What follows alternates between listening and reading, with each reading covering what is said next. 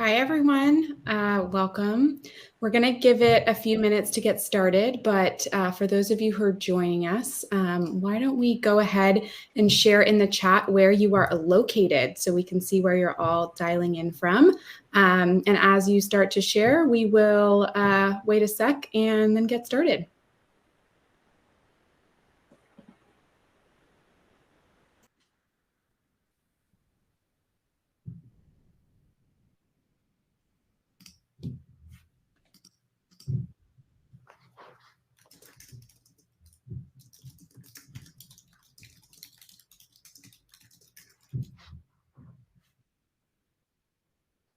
All right. Got Sydney. That's probably the furthest from where I am. A lot of Texas, Minneapolis, and California. Nice. San Francisco, that is where I am. Great to see.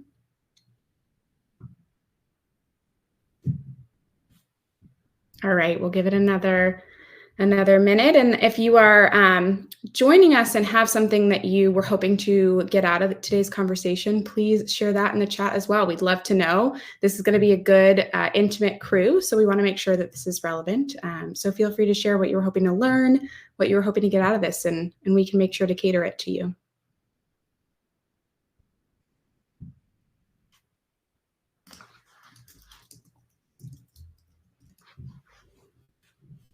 All right. Feel free to keep using the chat throughout. Why don't we go ahead and get started since we're a few minutes in. We have people from across continents, so good afternoon, good morning if you are joining us from Australia, and welcome to our webinar on cybersecurity awareness and training. I'm Madi Shove. I lead marketing here at Go1, and I'm going to moderate today's conversation. So for those of you who aren't familiar with Go1, we are a learning content aggregator, and we offer the largest library of compliance and professional development training content all in one subscription.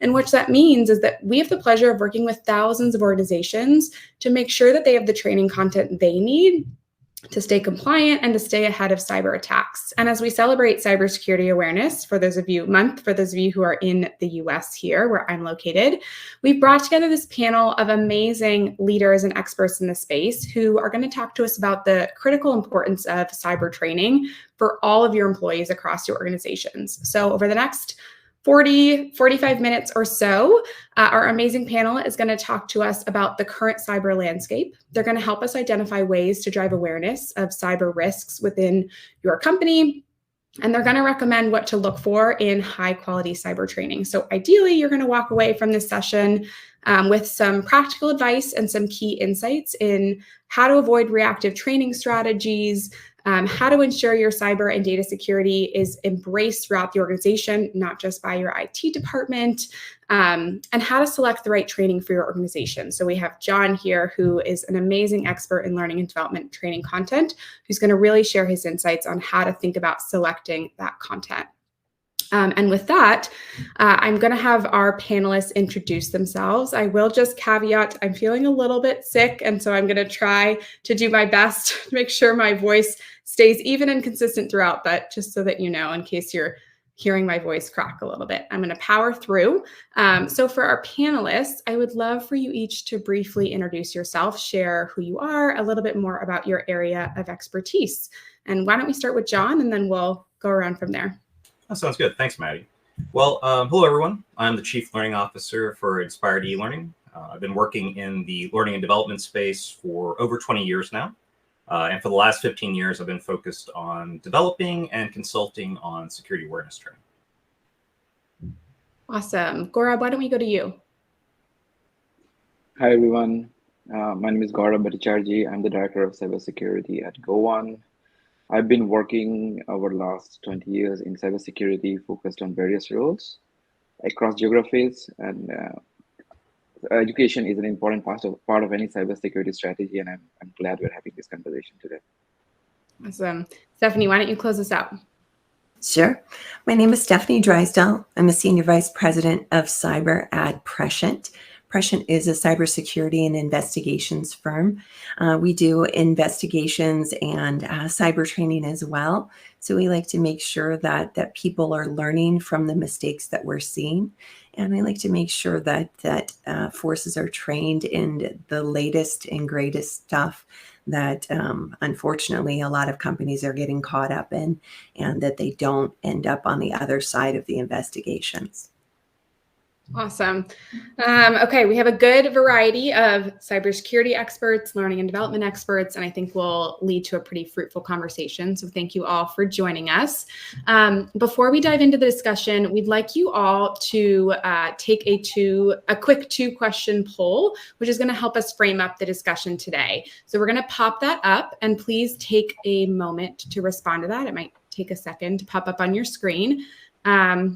So go ahead and respond to that. And while we wait for the poll results, I'd like to remind everyone that we're going to have a Q&A session at the end of the discussion.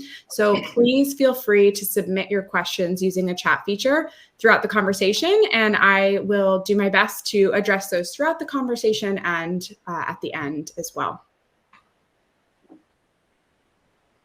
Great. Let's wait for the poll.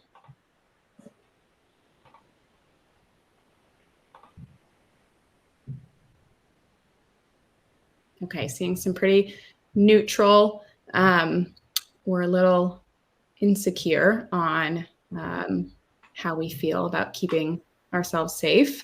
You want to pop up the second poll now? All right, give us a sec and we'll get that going. Just takes a minute.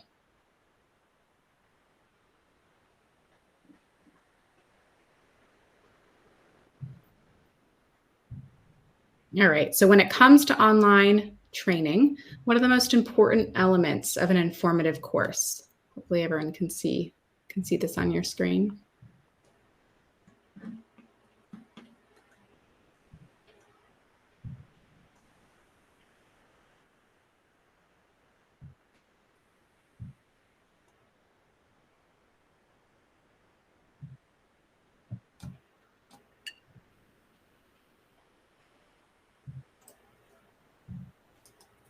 All right, great. Let's close that out. Thank you for participating. It looks like some good inspiration for our panelists here on what to cover and good tips to take away on how we want to focus the conversation. To start our discussion, I actually want to start by really level setting on the current cyber landscape, what's happening, what we're dealing with today. And I know particularly Stefanie and Gaurab, your experience will be really valuable here. So Stefanie, why don't we start with you? In the last 3 to 5 years, what's been happening in cyber? How have you seen the landscape change? I think, in particular with COVID, we really saw, especially with the growth of the remote workforce, a lot of things shift to a really mobile landscape. So we went from having companies that had a pretty strong perimeter to now everyone's mobile and everybody's taking their technology with them, and that presenting its own problems and unique challenges. We also saw with COVID, a lot of scrutiny for leadership. So we went from having a lot of due diligence around M&A deals and a lot of travel intel to now switching to monitoring for brand and reputation, because there was a lot of criticism around return to work policies and things like that.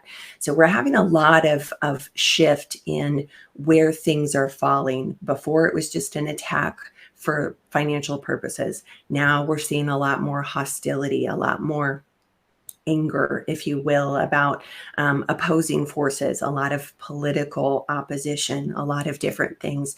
So there really is a charged atmosphere.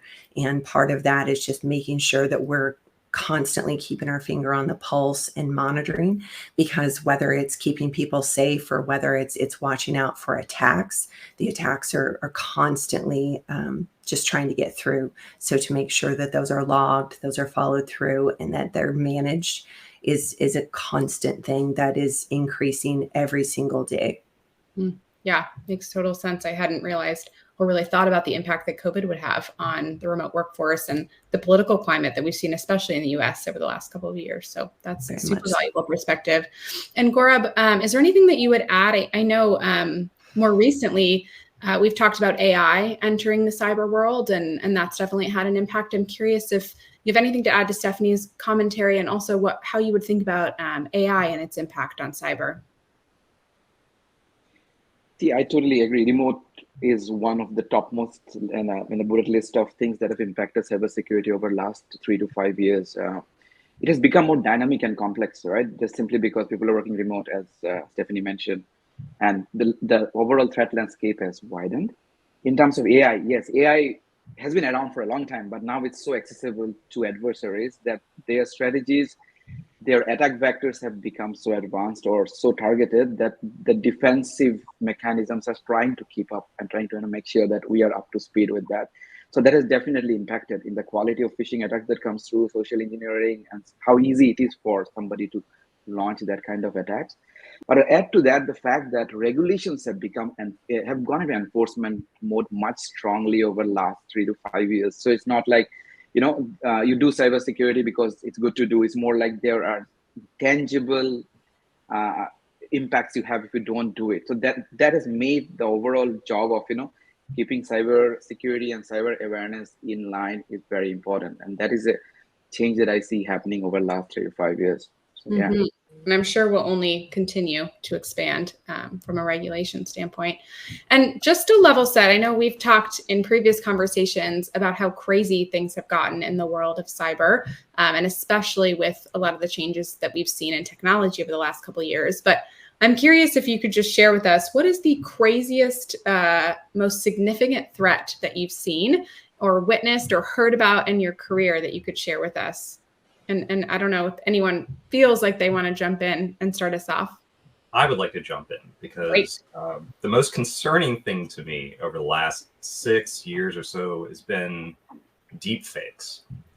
Just the idea that we don't know what's real anymore. I mean, the more sophisticated, it's just becoming more sophisticated as the technology gets better, and it's moving really fast, right? So, you see new types of attacks like zishing, where, you might have a video conference and there might be deep faked people actually on that call. In fact, there was a recent incident in Hong Kong where this finance worker got a suspicious email about trying to transfer some funds. But then the cyber criminals actually got him on a video conference call. And it wasn't just the CFO, it wasn't just the chief financial officer, which is where this threat was supposed to be coming from. It was several employees who were all fake on this call.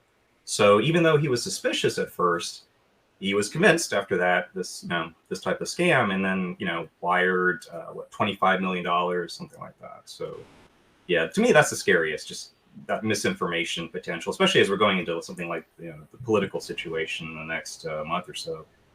You're already seeing use of AI and deepfakes already. Yes, that is a great one. Scary one, but a good trend to keep an eye on. Stefanie, Gaurab, anything that you want to share from your own careers or experience? Yeah, I would echo that. The deepfake thing is really, really prevalent right now. The disinformation and misinformation. There is so much political adversarial conduct going on right now. We see so much that appears to be an argument between the red and the blue. And from the back end, we know that it's not, that it's coming from outside the house, right? That it's coming from overseas. And these troll farms are really wreaking havoc on our democracy. That to me is probably one of the biggest concerns.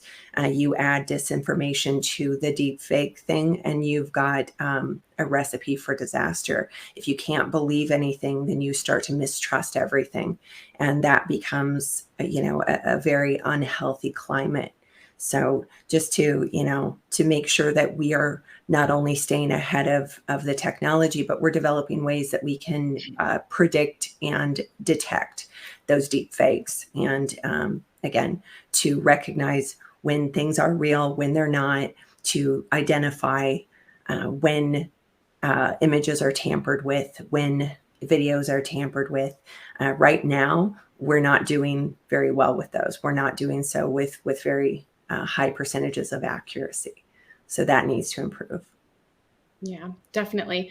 I mean, we all know, and if those of you who join this probably know that cybersecurity does pose a lot of risk, but it's not always understood or embraced across our companies. It's not something that is widely recognized as big of a threat that I think we all believe that it should be.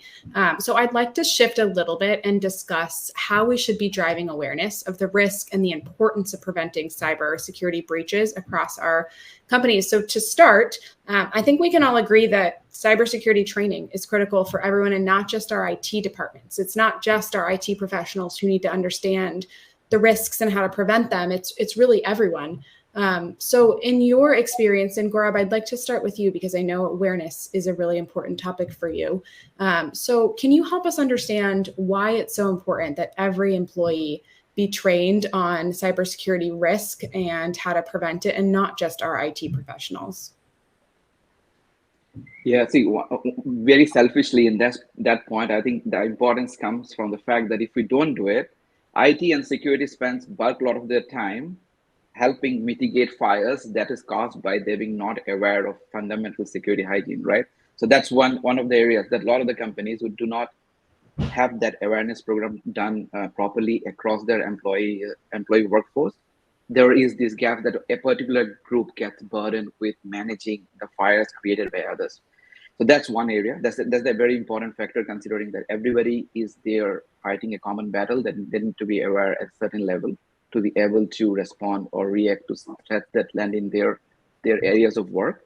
Mm-hmm. And also the fact that our criminal adversaries are very smart, right? They know that IT professionals are probably already equipped to manage some of this risk. So they're probably, the targets are almost always non-IT areas. So most of the major breaches, if you see, has some factor that has targeted a department that is not technology or IT.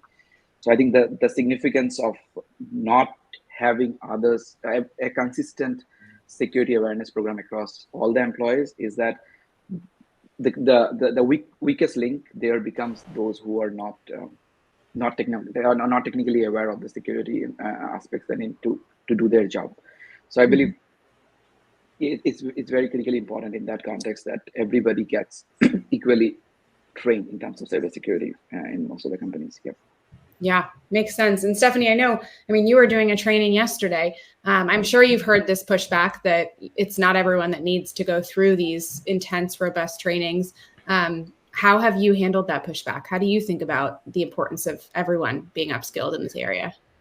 Yeah, I just always say that if you're going to touch a device, that you have to have some type of proficiency with cyber, right? You have to be at least minimally trained in what you're touching, because to Gaurab's point, he's well trained in what he does. He knows what he's protecting from a technical standpoint. He's got it together, right? He's protecting. He's doing his job. The majority of breaches that come in don't come in from a technical breach. They're not coming in and hacking. It's not the guy in the hoodie in his basement that's writing code and doing like really cool fancy things. What he's done is or she, but most hackers are not she. That's growing. 30% of ethical hackers are women, but we're getting there. But they are using social engineering tactics. They're using phishing. They're using like links that people will click, and they're not going after the CISO. They're not going after the technical team. They're going after the admins. They're going after people like you and me and everyone else. They're not going after the CISO. So if you think that it's his job to protect you against things that you click, I would ask you how. How would he do that? So then it becomes your job. And I think, we are all in the field of helping the business, right? So part of business empowerment is being part of whatever role you play. And part of that is utilizing technology, and whether it's using a call like this for a webinar or whether or not it's understanding cybersecurity, it's just part of it. It's just part of utilizing our tech stack. That's part of the stack. Amazing. I'm going to take that line that if you have a device, you should be a cyber expert or at least have some knowledge. I love that. A little bit. Yeah, I think it's something we can all remember and take back to our teams. So I want to shift a little bit to talk about this training and thinking about deploying it and implementing it across our organizations. What are some of the best practices for implementing training, and how should we be thinking about that? And John, I want to start with you, knowing that you work with so many of your customers to help them deploy this training. What are some of those best practices that your customers are deploying? Probably the biggest one is having reinforcing training throughout the year. Unfortunately, and when it comes to security awareness training, there's a lot of history of organizations just sort of checking the box, right? Just trying to meet compliance, doing an annual cybersecurity course every year, and then expecting people to remember all those best practices and apply them throughout the year. It's just not how the brain works, right?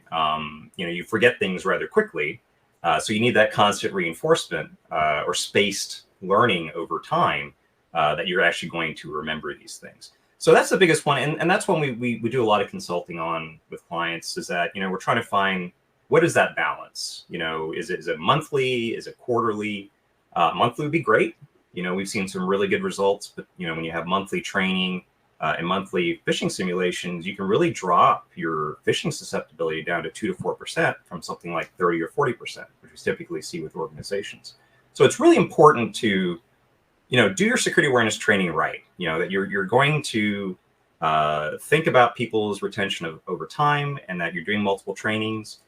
And it doesn't have to be courses. Talk about phishing simulations. That's definitely a good way to reinforce messaging and how you look for phishing emails, etc.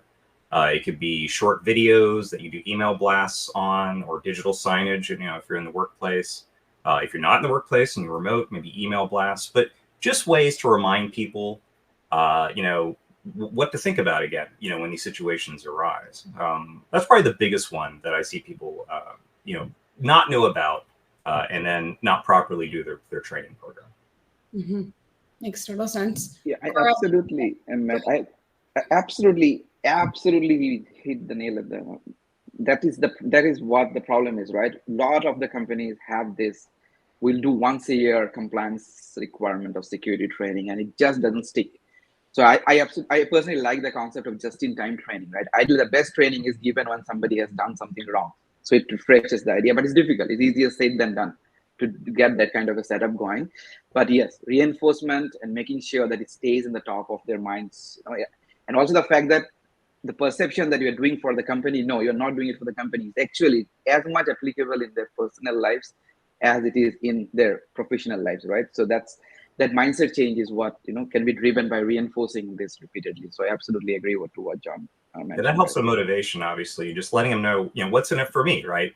When it comes to adult learning, you want to know the value of the training, the value of the time you're spending in this experience. So yeah, I absolutely agree. If you can get that messaging across, that it's important to them too. It's something they can bring back to their loved ones, and they can protect the people that they care about. I'll echo what both of the gentlemen have said, and especially what John said right at the end. We are selfish creatures. We don't care about things unless they're about us. We are truly so self-focused. So it's like, why do I care? IT's solving this. This isn't my problem. So why is this about me? Make it about me, and then I care. So that's what we do. The majority of executives that I deal with are C-suite, right? They're founders, they're CEOs, they're CISOs. These are who I talk to every day. So make it about them. They don't care about everyone else's job. So then you tailor the message. This is how an executive protection agent cares about cybersecurity. This is how a founder cares about cybersecurity. This is how an executive admin looks at cybersecurity. This is how you might be social engineered. This is how you might be phished. This is a multi-step thing. The storytelling, right? To the gentleman's point, right? Storytelling is huge. If I tell you a story, you'll remember. If I just give you, a quiz, you may or may not remember, but you'll remember the story. You'll remember the Hong Kong executive.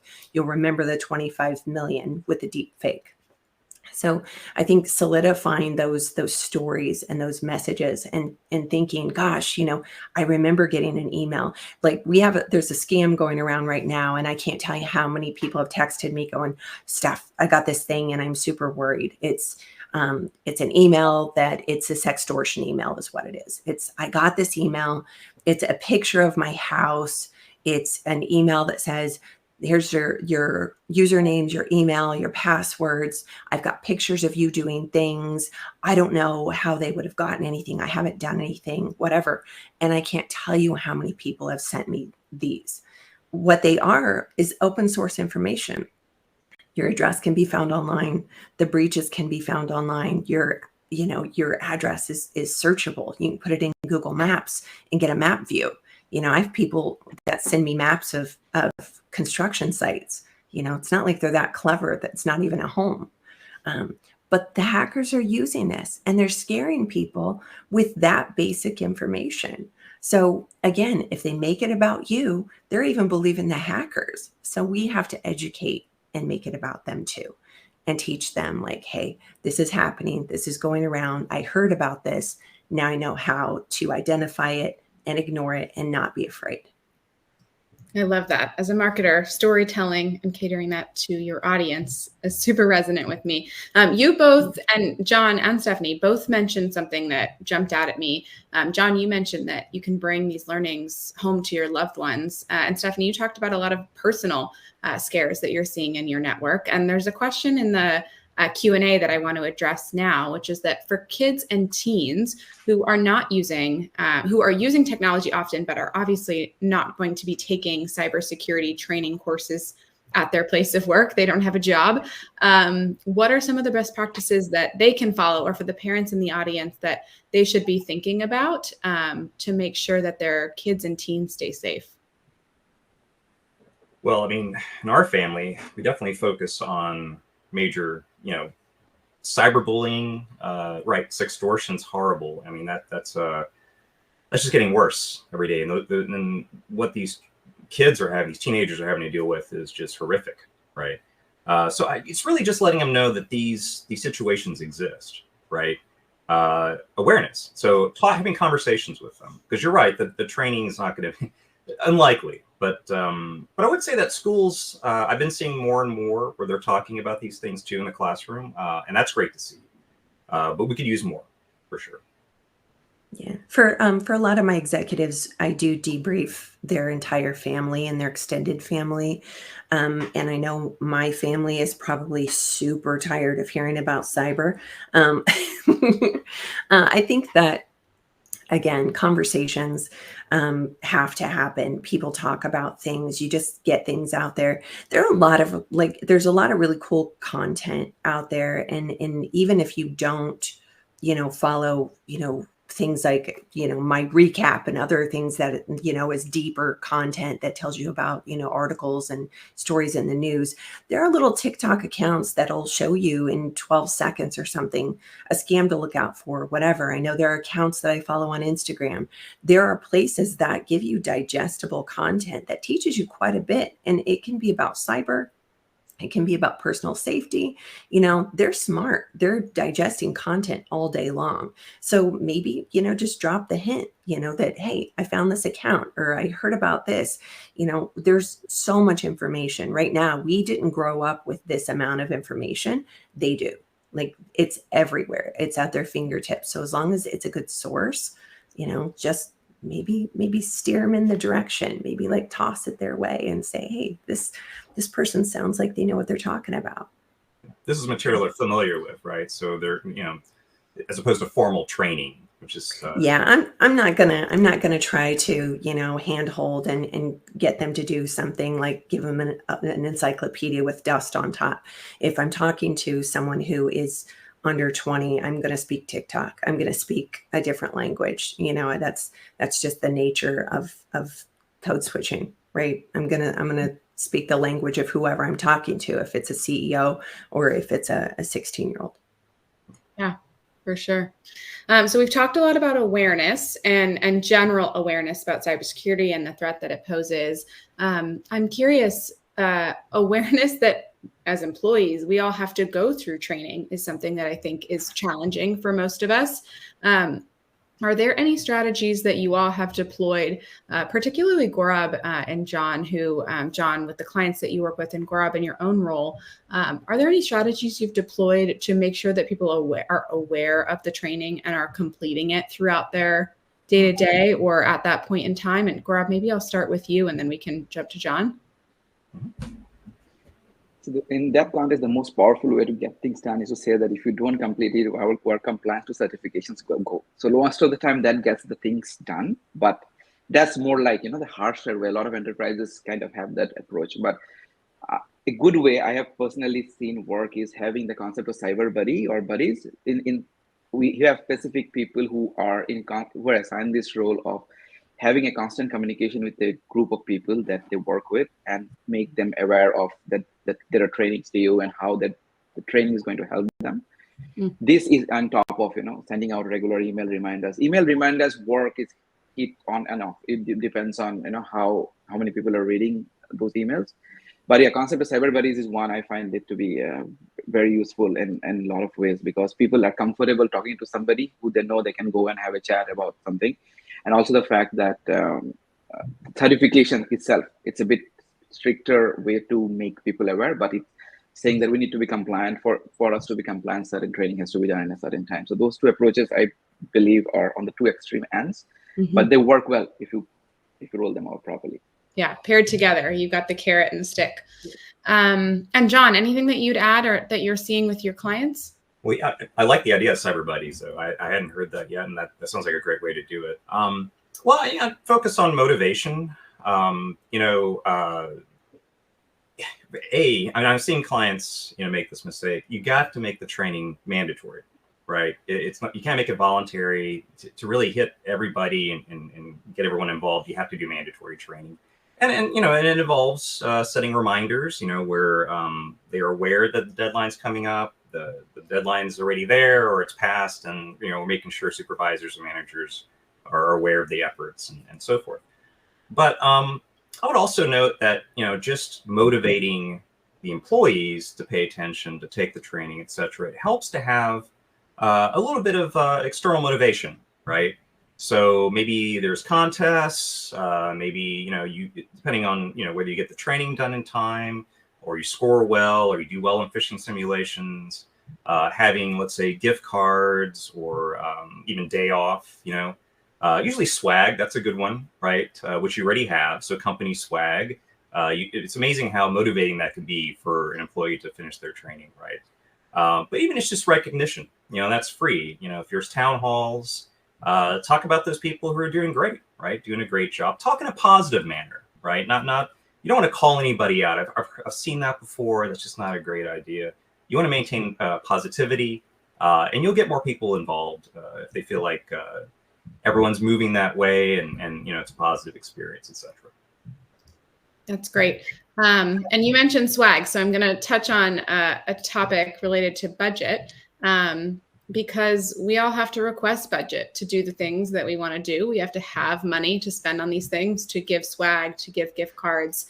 And so the thing that comes to my mind is, how do people think about measuring the effectiveness of cybersecurity programs? How do you prove ROI, that this is worthwhile and that we should reinvest and continue to invest in programs like this? So I don't know if one of you feels inclined to start, but how do you think about measuring ROI of a program like this?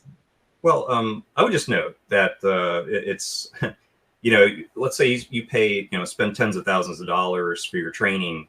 You're trying to keep from having that $25 million loss, right? Whether it's ransomware, business email compromise, etc. So, there is a return there, right? It's worth it to avoid these risks. But also, when it comes to reporting, a lot of our clients will report on completions, certainly, for deployments. Also phishing susceptibility. So one of the things about security awareness training, often using phishing simulations. So how often are these employees clicking on these emails? Are they failing? And then, are they responding to further training, etc. Right?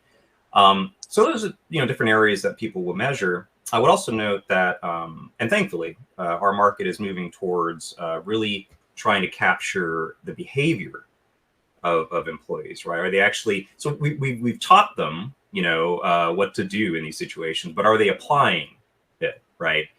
So things are moving more towards having assessments and seeing how well they're actually doing that, whether they have positive idea of the company and the security team, etc. Those are some of the things that people look to try to measure that, right? Yeah, makes total sense. And I think in theory, like you'd hope that every executive would buy in that this, X amount that you're spending on training would prevent that $25 million loss.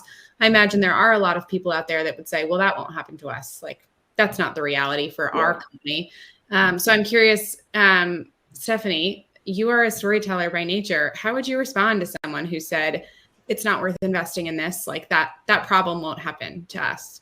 I mean, if you haven't been living under a rock, August 2024, this year, the largest ransomware payment was made, $70 million to a company that did not want to share who they were, but it's a Fortune 50 company, and they paid $70 million.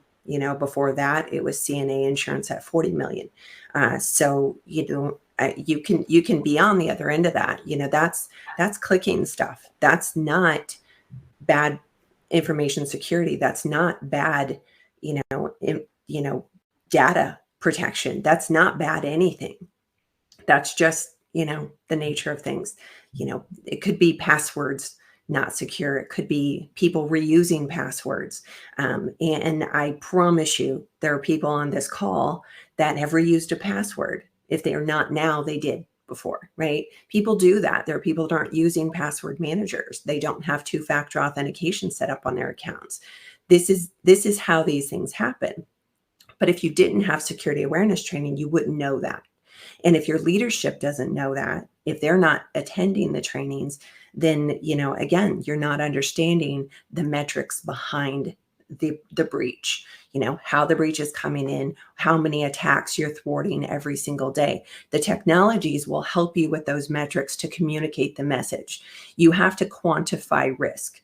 The business is all about making money, right? So just like the marketing team and the sales team have to quantify what they do, the security team has to quantify what they do. And you use that to quantify risk to leadership, and that helps you allocate budget, right? And that comes down to, what are we fighting? What's the likelihood that it's going to happen? What would it take for us to get back up and running? Because it likely will happen, but how quickly can we get back? And what will it take for us to do that? Do we have the recovery to be able to do that? Do we have the encryption to protect things if it does get taken away? And those are the things that have to have answers. Yeah, totally. So assuming we all have execs around us that are totally bought in and believe that cybersecurity awareness training is super critical, I'm wondering if you can share how you would go about selecting the right content. How do you evaluate its quality? How do you compare different content providers? How do you think about finding the right content? And Gaurab, I know you do that for Go One here. So I'd love to start with you. How do you think about evaluating and selecting the content that you deploy? See that. I'll just quickly add to what both Stefanie and John mentioned, right? Before answering this question, metrics is absolutely critical. For when somebody goes to ask for budget, my typical approach that till now, fingers crossed, has never failed, is show them what is before scenario and after scenario of a training. That drives the point very, very well with executives, right? Saying that we have 30% people who are clicking on this. After this training, it has gone down to whatever, say 8%. So that data speaks for itself. I think that's a very important factor to keep in mind when asking for budget training. So I just wanted to add to that. I absolutely think they made that point very well. So love that. Now the question that you asked, see, there are a few things, right? People are busy. We cannot have them spend days on cybersecurity training. So there needs to be nugget sites, something that they can see over having a lunch, get to understand how, maybe, two-factor authentication, how phishing, what are the important factors of attributes of a phishing email. Do that over a lunch. That's one factor I absolutely look for when I'm looking into a training provider. Second is what kind of media I can look into it. Do I have to be in front of my computer to do it, or I can do it anywhere? I like to do it in mobile. I don't do it on an iPad. I should be able to access my training wherever I am commuting. I want to do it. I should be able to do it. the format and delivery formats is important. And also the fact that the training providers have to give us a way to identify individual strengths. It's not about the whole group doing something, right? It's about how an individual in that group is doing over time, because if they're not doing their job well in terms of learning about cybersecurity, they become the weakest link. So the training provider has to give us some metrics around how individuals are trending over time in terms of their security scores. And so those are the three factors I personally keep in mind when I'm looking into a content provider. But I'm interested to see what John and Stefanie see, when they go out. And yeah, absolutely. Well, actually, we talked about some of these already, right? When you're looking at the content, does it tell them value, right? What's in it for me? Is there enough material there that they can train over the year and not just one time, right? So they have that variety. And to Gaurab's point, a lot of times that's sort of that micro learning, right? Like it's a shorter form type of learning, 1 to 2 minutes and so forth. But I've seen some companies just do that, and there's too much to cover, and you have to cover it deeply, right? In some places, so it's a mix of macro learning and micro learning is a best practice for really getting being the most effective there, right? Something the audience actually mentioned, which I think is important too, is real life scenarios, right? So relevance, can they picture themselves in these situations? Is the imagery inclusive? Right? Is there a variety of people in different workplaces, different ages, and so on and so forth, so that the employee can really see themselves in these situations and picture themselves? A lot easier for them to learn and understand what's going on there. I would also say that a lot of times when I'm looking at some of this training, they cover things that really aren't necessary for that employee, right? Like they don't have any control over that, or they give them a lot of information that just doubles the time it takes to train when they really need to focus on what they need to carry away from it, right? So maybe they don't need to know about advanced persistent threat, but they do need to know, symptoms of malware so they can report these as quickly as possible and so forth. So the more you tailor it to them, the more effective it's going to be. I would also note, is there an opportunity to customize that learning to what your needs are, right? The National Institute of Standards, they recommend security awareness topics. If you're interested in digging into that, they have a special publication, 800-50, that goes into these topics. But they also note that it's best to have your training tailored to your policies and procedures, etc. So making sure that the time spent is of value. That's great. We only have 2 minutes here, so I'm going to look to address hopefully 1 or 2 quick questions from the Q&A, although I tried to weave in some of it into the discussion. So hopefully you felt like you were getting some of your questions answered. But there's a good question here on whether there's an increased drive to include burnout and resilience strategies in cybersecurity training programs. So I would love if one of you wants to jump in and give that one a shot. Anyone? Oh, I was trying to give another person a chance. So, I haven't really heard a lot of people really taking that into account. It certainly makes sense. When it comes to burnout, people are not going to pay attention, right?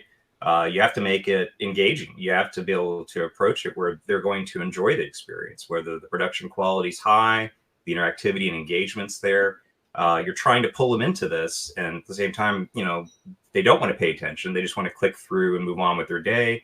And so that I was motivated. So I think, really addressing that motivation aspect is really important in that situation.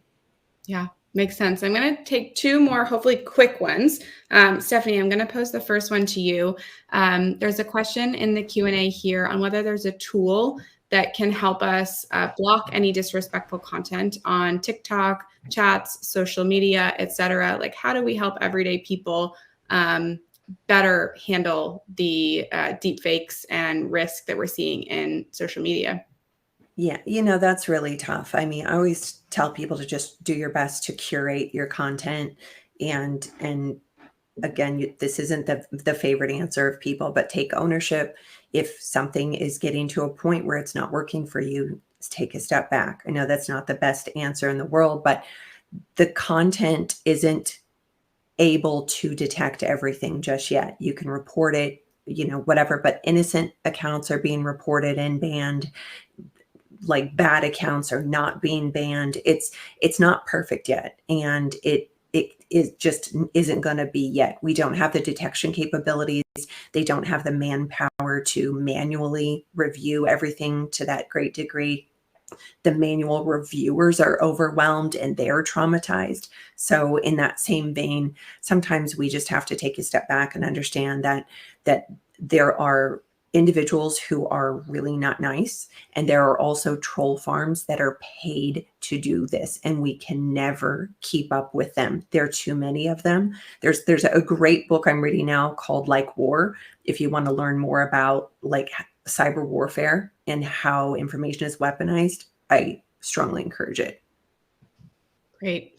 I know that one of the strategies that I take myself on social media is if I see something that's coming up on a Discover page or that looks viral, I click on the account to make sure. You can always tell when you go to the actual account, is this something that is truly worthwhile, or is this something that is fake? You can almost always tell. So definitely recommend people not to take things at face value. Vet your sources. No, Adfontes does their media bias chart. Only follow accounts that are good, solid sources for information, and the rest, buyer beware. Yeah. All right. I'm going to do one final question to just wrap us up. But if you have to leave, go ahead. We are going to share the recording. So final question for Gaurab, I'm going to target it at you. What advice would you have for employees who aren't sure if they've been vulnerable to an attack, but are too scared to go to IT? Who should they tell? What should they do? How do they handle that? See, this is why I think this is a very common that people do something and then like, oh my God, if I go to security, I'll have implications of what happened. I don't understand. So that's the concept of cyber buddy I mentioned. I think that's where it's important that people are allowed to form a very comfortable relation in terms of cyber security. It's not as widespread as it should be, but I think that's a good approach to adopt, where people know that they can go talk one-to-one with somebody who has been assigned the specific responsibility to handle this kind of situation without being judgmental. Yeah, people get judgmental very fast. Why did you do it? The first question would be, you should have known better. But you take away the judgment part, and that becomes it's more human than just being a technology thing. So I think that would be my recommended way to do. It's difficult to do all the time, but love to do it. Amazing. Thank you for your final words of wisdom. We are a couple minutes over, so I'm going to let everybody go. John, Gaurab, Stefanie, thank you so much for taking the time. Really appreciate you sharing the stories, the insights, the anecdotes. I think all of that is helpful. And we can take that back to our own worlds and figure out how to drive the awareness that we know is all needed. So I hope you all have a wonderful afternoon or day for those of you dialing in from Australia.